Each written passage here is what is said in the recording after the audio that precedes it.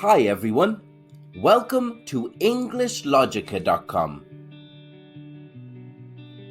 Today, we're going to sit in on a political interview to learn how to evade awkward or difficult questions while still providing an answer.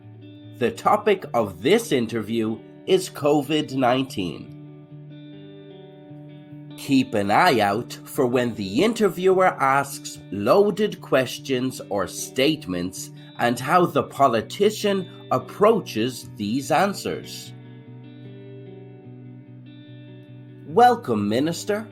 I'd like to begin by asking you about the government's plan regarding the upcoming quarantine restrictions. Thank you for inviting me. We've mapped out what the next 8 weeks will look like in Level 5 quarantine, with the hope that we can drastically reduce COVID-19 transmission. Okay, so what does that look like? Well, Level 5 quarantine implements travel restrictions across the nation, while also closing all non-essential businesses. A list of businesses deemed essential and non-essential can be found on the government's website. Okay, so we're looking at an 8-week lockdown for the entire country. I mean, in hindsight, this could have been avoided. Hold on a minute. I didn't use the term lockdown, that's your word for it. We took all appropriate measures before deciding to implement this quarantine. We didn't make this decision lightly, but in our efforts to protect the most vulnerable, we needed to take decisive action. Let's pause and analyze what's being said. The interviewer attempted to cause panic or outrage with his audience when he stated, "We're looking at an 8-week lockdown for the entire country." This could also cause unrest for the politician, but she deflects with her answer. First, she clarifies that she didn't use the term lockdown. While this term is now widely used around the world, many politicians avoid using it for fear of instilling panic. She then takes this opportunity to deflect from the interviewer's suggestion that Level 5 could have been avoided, appealing to the hearts and minds of the audience by mentioning the vulnerable people of the country. Now, let's pick up from where we left off. I see, but you do agree that greater efforts could have been made to confine the spread in its early stages. No, as I said, we took the appropriate measures and we will continue to follow protocol. Okay, so what exactly was the protocol? Considering the circumstances we currently find ourselves in have never been seen before. The interviewer is provoking the politician, hoping for a more elaborate and perhaps sensational answer. Well, the protocol we followed was outlined in the cabinet meeting at the beginning of the pandemic. The protocol is in place to ensure we protect as many people as possible while work continues to produce a vaccine. The minister has used a diversionary tactic. She has not explained the protocol despite being asked directly for details. Instead, she breezed over the cabinet meeting where the protocol was laid down without getting into the nitty-gritty.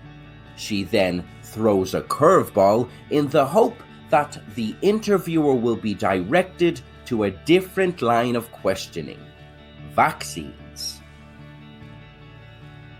Right, so there's a vaccine on the way. That's great, of course. Is there a plan in place to roll out the vaccine when we receive it? I mean, how quickly can we get it distributed and administered so that we can get the country back to normality?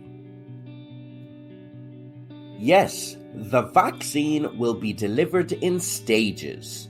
All stages are age appropriate, starting with the most vulnerable, aged 65 and up. And who decided that the stages should be dependent on age? What about the people with major concerns due to underlying health problems? Many would consider those people to be priority for receiving the vaccine. The interviewer is stirring the pot with this bold question. He is raising the concerns of many people in relation to underlying health issues, but he is also trying to get the politician to direct the blame. This way, if things don't go to plan for the government, the public could go on a witch hunt for that person. Look, I see where you're trying to take the conversation, and we've been through this before. We both know you're not a supporter of my political party from past comments you've made, and it's quite clear you believe we could have made some bad decisions, but our decision was based on advice from the Public Health Service and always with the best intentions for public health. The minister has used another conversational technique, but this time she attacks the interviewer. This is called an ad hominem argument, where you bypass the difficult question by denigrating the person asking it. The minister observes that the interviewer is not a supporter of her party. This makes the audience aware that the interviewer might have an ulterior motive to his questioning. The minister highlights that the government made their decision based on advice from a highly reputable source. This would save face for her and her party, and it clarifies that they have got the public's best interests in mind. I see. Consulting the Public Health Service is definitely a step in the right direction. However, would you care to elaborate on recent events regarding the country's most important hospital? Considering what happened there, is it not difficult to have faith in our medical professionals? Let's stick to the topic, please. I don't think it's beneficial to get sidetracked by getting into all that, considering what we're all going through. Besides, it's irrelevant to the conversation. I'm here to discuss COVID-19. The minister has suggested staying on topic instead of answering the interviewer's question, thereby emphasizing the possibility of the interviewer trying to introduce their own agenda. But the public have a right to know about the people they are entrusting with their lives. Based on recent events, I'm not so sure if some medical professionals should be as highly regarded as they are. I've already made it clear I am not here to discuss that situation. We can end the interview here, or you can change your line of questioning and we can continue. The minister firmly declines to answer the question. This is another evasion technique, although this is a blatantly obvious one. There is no subtlety here, and the minister finds herself backed into a corner. I see. Okay, we'll move on. So, when can we expect the country to return to normal? And what does that new normal look like? Yes, our new normal will be quite different, but not all bad. After a few months, with everybody following the guidelines, we hope to be back at our best for both the country and the economy. Of course, it's difficult to say when that will happen. We've already encountered things we didn't expect, so it's best not to build up people's hopes. The minister has answered the interviewer's question with considerable ambiguity. Even after the answer, the audience is still left unsure as to what it is. Okay, thank you for your time today. Thank you.